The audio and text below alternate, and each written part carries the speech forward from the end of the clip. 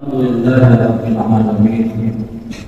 Wassalatu wassalamu ala asyrafil anbiya'i wal mursalin sayyidina wa maulana Muhammadin wa ala alihi wa sahbihi ajma'in.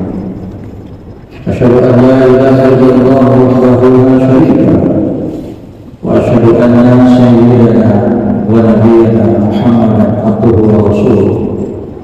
Allahumma shalli wa sallim ala nabiyil karim wa ala alihi wa sahbihi wa sallim.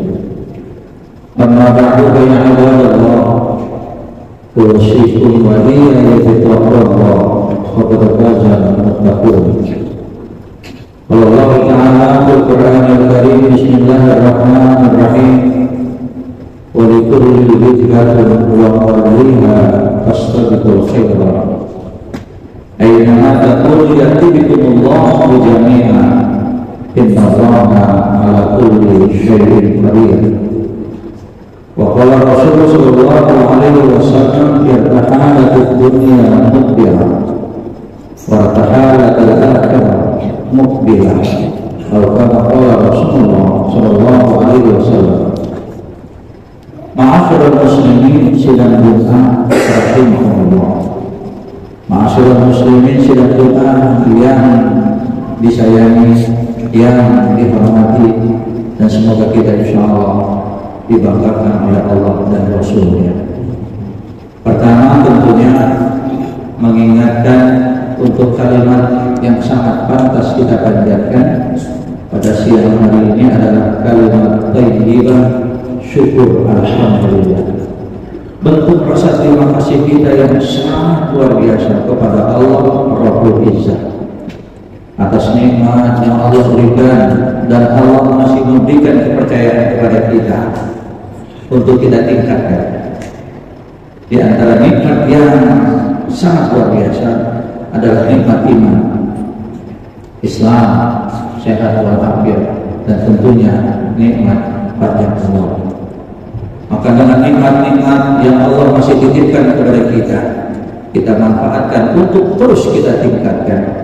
Dan kita yakini, saudaraku, apa yang saat ini kita kerjakan dengan berlandaskan nikmat-nikmat tersebut, kita berharap apakah itu ibadah sunnahnya, apakah itu sholatin jariyahnya, ataukah zikrullahnya, ataukah pembacaan Al-Qur'annya, wabil khusus pelaksanaan Jumat pada siang hari ini, yakini saudara bahwa hal-hal tersebut insya Allah semuanya akan diterima oleh Allah Subhanahu wa Ta'ala.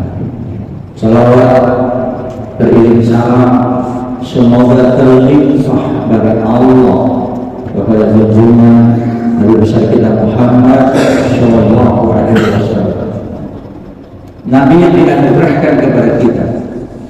Nabi bukan pilihan kita, tapi Nabi yang diutus oleh Allah untuk memberikan sesuatu yang terbaik buat kita. Kita sebagai umat diuntungkan dengan kepemimpinan Rasulullah yang dianugerahkan kepada kita. Saat ini kita tidak bertemu dengan Rasulullah, tapi kita senantiasa silaturahim kepada Rasulullah. Dengan cara apa kita silaturahim rohani kepada Rasulullah? Dengan kita membaca sholawat kepada Rasulullah atas perintah Allah Subhanahu wa Ta'ala. Betul saudaraku, Rasulullah saat ini jasadnya berada di Madinatul Munawwarah. Bukankah ketika kemudian kita bersalawat sesungguhnya kita sedang bersilaturahim kepada Rasulullah Sallallahu Alaihi Wasallam? Maka silaturahim salawat kita kepada Rasulullah akan mengantarkan bahwa kita kelak yaumil mahsyar akan diaku sebagai umatnya Rasulullah Sallallahu Alaihi Wasallam. Maka berselawatlah dengan mengucapkan kalimat Allahumma sholli ala Sayyidina Muhammad wa ala ali Sayyidina Muhammad. Maka ketika Allah memberikan hak prerogatifnya berupa syafaat kepada Rasulullah, maka Rasulullah akan menyampaikan langsung kepada umatnya. Dan yakinlah sekali lagi saudaraku, semoga kita termasuk umat yang kelak di yaumil mahsyar akan mendapatkan fasilitas syafaat dari baginda Rasul, tentunya atas izin Allah Subhanahu wa Ta'ala. Kemudian pada kesempatan yang sangat berbahagia, kebahagiaan ini saudaraku hanya dirasakan oleh orang-orang yang beriman kepada Allah. Kita dibahagiakan oleh masjid, kita dibahagiakan oleh Jumat, kita dibahagiakan oleh silaturahim. Maka kebahagiaan ini, momentum itu saya manfaatkan untuk berwasiat. Wasiat dalam hal kualitas peningkatan kepada Allah. Sesungguhnya kita sedang berlomba-lomba dengan usia. Kita sedang berlomba dengan dunia, saudara. Saat ini kita masih diberikan kesempatan bertemu dengan tahun 2023. 2022 kita sudah lalui, maka ucapkan alhamdulillah. Tapi di tahun 2022 banyak kerabat kita, sahabat kita, famili kita, mungkin kawan kita, mungkin anak kita, mungkin orang tua kita yang tahun 2022 telah kembali kepada Allah Subhanahu wa Ta'ala. Pertanyaan itu perlu menjadi renungan buat kita. Akankah di tahun 2023 giliran kita yang akan kembali kepada Allah? Hingga kemudian kesempatan-kesempatan yang saat ini kita hadir tidak akan pernah lagi kita rasakan untuk berkumpul melaksanakan kewajiban karena kita sudah kembali kepada Allah. Maka wasiat yang ingin disampaikan saudara, apa hal yang saat ini kita lihat pasti nanti akan terjadi lagi. Kita akan melihat lagi pada mahsyar dengan mata telanjang. Kita melihat pada mahsyar, kita melihat orang-orang yang akan berkumpul di sana, manusia yang dari ras manapun, kita akan melihat semuanya seperti apa. Dan yang hebat lagi, mata saat itu Allah buka mata akhirat kita bisa melihat bangsa jin dan syaitan dengan mata telanjang. Kita bisa melihat para malaikat dengan mata telanjang, karena mata dunia kita tidak akan sama dengan mata akhirat kita. Mata dunia kita saat ini kita tidak bisa melihat yang namanya syaitan, tapi kita bisa merasakan bagaimana dampak daripada godaan syaitan. Kita tidak bisa melihat para malaikat saat kita melihat malaikat, saat kita menghadapi sakaratul maut. Saat itu kita bisa melihat keadaan malaikat Israfil. Namun tatkala kita melihat kali pertama malaikat, kita sudah kembali kepada Allah. Tapi di akhirat saudara, dari rahmat Allah, kita bisa melihat bagaimana jasa utuhnya Rasulullah. Inilah Rasulullah, inilah Nabi saya, Nabi yang membimbing umatnya sekian miliar tahun, Nabi yang tidak berlepas diri daripada keutamaan dan keselamatan umatnya, Nabi yang tidak memikirkan diri dan keluarganya, yang dipikirkan adalah umatnya. Di antara umatnya itu adalah kita. Maka wasiat yang kita sampaikan saudaraku yang dirahmati Allah, ayo kita berlomba dengan waktu. Hari ini kita bisa bertemu dengan Jumat. Akankah kita bertemu dengan Jumat yang akan datang? Wallahu a'lam. Maka wasiat yang ingin saya sampaikan saudaraku, jadikan Jumat kemarin harus lebih baik dari Jumat yang sekarang. Kalaupun Allah izinkan kita bertemu dengan Jumat yang akan datang, Jumat sekarang harus lebih baik dari Jumat yang akan datang. Agar dari Jumat ke Jumat takwa kita insya Allah semakin meningkat. Kapanpun, dimanapun, sedang apapun, kondisi bagaimanapun, tatkala Allah memanggil kita untuk kembali kepada Allah, kita mendapat gelar irji'i ila rabbiki radiyatan mardiyah. Ayo pulang kepada Tuhan yang telah menciptakan kalian. Irji'i ila rabbik, Tuhanmu memanggilmu karena sudah pantas engkau untuk pulang, karena sudah lengkap kesempurnaan takwamu. Ila rabbiki radiyah, Allah sudah ridho kepada kalian. Pulanglah dengan membawa kesempurnaan takwa. Fadkhuli fi ibadi, Allah akan kumpulkan dengan orang-orang terdahulu, dengan orang-orang tua kita, dengan guru-guru kita, dengan leluhur kita. Fadkhuli fi ibadi, yang mereka masuk ke dalam ridha Allah lebih dulu ketimbang kita.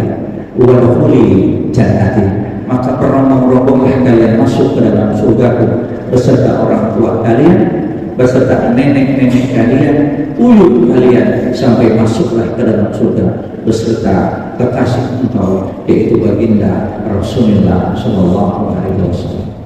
Saudaraku yang dirahmati Allah Subhanahu wa Ta'ala, ketika kita masih diberikan izin tahun 2023, ada satu kisah yang sangat luar biasa. Kisah menginspirasi buat kita mengawali tahun harus lebih baik dari tahun yang lalu. Ketika Nabi Muhammad setelah selesai melaksanakan ibadah sholat subuh berjamaah di Masjid Nabawi, kebiasaan Rasul kalau setelah selesai sholat selalu beliau membalikan badan melihat keadaan sahabat. Beliau bertanya, bagaimana kabar kalian? Sahabat menjawab, baik. Satu waktu Rasulullah saat selesai sholat subuh bertanya kepada beberapa sahabatnya, diantaranya Abu Bakar, Umar, Utsman, Ali, Abdurrahman, dan yang lain. Maka Rasulullah bertanya, adakah di antara kalian yang hari ini berpuasa? Kebetulan saat itu hari Senin. Maka sahabat semua terdiam. Umar kemudian menjawab, karena Rasul bertanya, Umar menjawab. Umar berkata, ya Rasul, semalam aku memang gak niat puasa, maka hari ini aku tidak berpuasa. Rasul kemudian mengangguk-angguk, tak apa-apa. Dilihat sahabatnya tidak ada yang menjawab, tiba-tiba Abu Bakar menjawab, aku ya Rasul semalam tidak berniat puasa, tapi sekarang aku berniat puasa karena statusnya puasa sunnah. Rasul tersenyum. Melihat malamnya tidak niat, paginya Abu Bakar niat untuk puasa. Kemudian Umar menoleh kepada Abu Bakar, karena Umar di dalam kalimatnya berkata, aku ingin amalku selalu terdepan daripada amalnya Abu Bakar. Itu yang diinginkan oleh Umar, karena Umar ingin berlomba-lomba dalam kebaikan. Tapi satu poin ini Umar merasa kalah, karena sama-sama tidak niat semalam, tapi Umar tidak puasa, Abu Bakar puasa. Satu poin Umar tertinggal di dalam amal ibadah.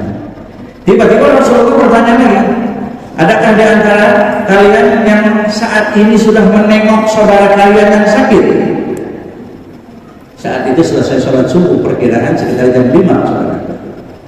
Umar menjawab, ya Rasul, bagaimana kami bisa menengok saudara kami yang sakit, sementara kami dari tahajud sampai sholat subuh, sampai mendengarkan kalimat yang kau berikan, kami belum kemana-mana. Maka belum ada kesempatan kami untuk menjenguk saudara kami yang sakit. Rasulullah melirik ke sahabat yang lain. Tiba-tiba Abu Bakar menjawab, tadi ya Rasulullah, punten nih, sebelum ke masjid saya mampir ke rumah sahabat saya. Sahabatnya Abu Bakar, dia sahabatnya Rasul. Sahabatnya Rasul, dia sahabat yang lain. Siapa yang bernama Abdurrahman bin Auf. Saat itu Abdurrahman dalam keadaan sakit. Jadi pada saat saya sebelum sampai ke masjid, saya mampir ke rumah Abdurrahman bin Auf untuk menengok, karena saya mendengar kabar semalam beliau dalam keadaan sakit. Umar pun tertunduk lagi, 2 langkah tertinggal di depan amalnya Abu Bakar. Umar menjawab, bagaimana kami bisa menengok sementara kami dari tahajud sampai kemudian subuh, kami belum kemana-mana. Tapi Abu Bakar memanfaatkan sebelum sampai ke masjid, beliau mampir menengok sahabatnya yang sakit. Rasulullah tersenyum. Maka kemudian tiba-tiba Rasulullah melemparkan lagi pertanyaan, adakah yang pagi ini kalian sudah sedekah? Umar menjawab dengan jawaban yang sama, ya Rasul, kami ini belum sempat sedekah karena kami ada di masjid terus dari mulai tahajud sampai selesai. Jadi habis ini rencananya kami mau sedekah. Kemudian Rasulullah melirik sahabat yang lain sampai kepada Abu Bakar. Abu Bakar tadinya tidak mau menjawab, rasanya malu. Tapi kemudian ditanya lagi oleh Rasul, sudahkah kau Abu Bakar dengan sedekah?